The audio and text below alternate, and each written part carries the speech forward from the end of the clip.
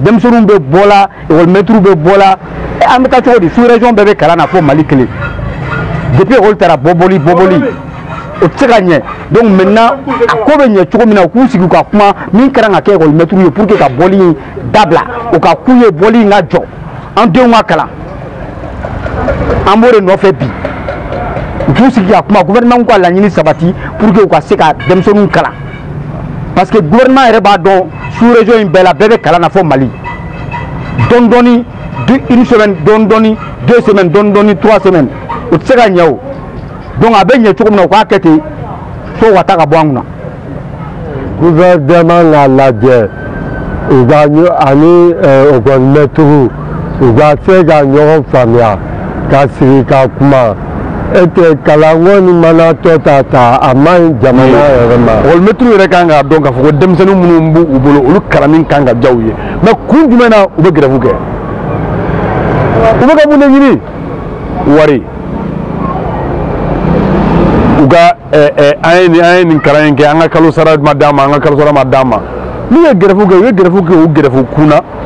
mais u ma grève kɛ u grève kun fana na parce que u denw de kan ka kalan n'u y'a ɲini cogoya dɔ la i kan ka ɲini i man k'a bɛɛ minɛ yɔrɔnin kelen ka kalan bila u bɛ dɔ kɛ ka tila ka ɲinini kɛ u ka ɲinini nafa bɛ denmisɛnninw fana kan dɛ a nafa b'u kan parce que olu de kan ka wari ɲini ka taa n'a ye ka denmisɛnnin ninnu labalo denmisɛnnin ninnu fana kan ka kalan kɛ donc an b'an ko yɔrɔ jumɛn an bɛ taa an ja yɔrɔ jumɛn i tɛ se k'a bila i tɛ se k'a minɛ. c'est ka équilibré olu bɛ grève la tuma min na i bɛ taa sɔrɔ privé bɛ kalan na donc l'autorité ne le prend pas en compte dans ce cas. Ne b'a min ɲini école-maîtres fɛ n'u bɛ grève la u ka grève kɛ u jo de kan u ka privé impliqué u bɛ grève kɛ don min na privé fana ka grève k'o don obligatoirement n'o kɛra sisan je vous le jure grève tɛ tɛmɛ tile kelen tile fila kan n'u ka doléance ma ta. Jamana ɲɛmɔgɔw tɛ kalan fɛ o parce que u t'a fɛ jamana denw ka kalan parce que munna o yɛrɛ ka kuma kɔrɔ dɔ bɛ yen ko ni anw ma sɔn an denw ka kalan k'u denw bɛna mara yan u b'o hakilina de kan e yɛrɛ b'a dɔn kabi cɛkɔrɔba in nana jamana kunna don min na e ɲɛ ta baara jumɛn hali anw sigilen filɛ nin ye an ka baara yɔrɔw bɛɛ cilen b'a bolo ani amikani bolo k'an bɛɛ bila chômage la k'i bɛ 200 000 emplois créer i ye min tiɲɛ o ka ca n'o siɲɛ 3 est ce que i bɛ baara yɛrɛ la wa. Komi jamana nin ko kɛra taɲini de ye min mana wuli o b'a ta ɲini n'o ka laɲiniw sabatira o b'i makun bɛɛ jamana nin ko faamu bɛɛ b'a ko fantan jamana don ko fɛn tɛ yen mais ɲɛmɔgɔw mana wuli ka ko min na u bɛ wuli o bɛ ɲɛnabɔ école-maîtres fana ka wuli k'u k'u ta ɲɛɲini c'est normal o fana kan ka dilan mais ne bɛ kɔni bɛ min fɛngɛ ne bɛ n sinsin min kan kosɛbɛ komi an denw de bɛ école la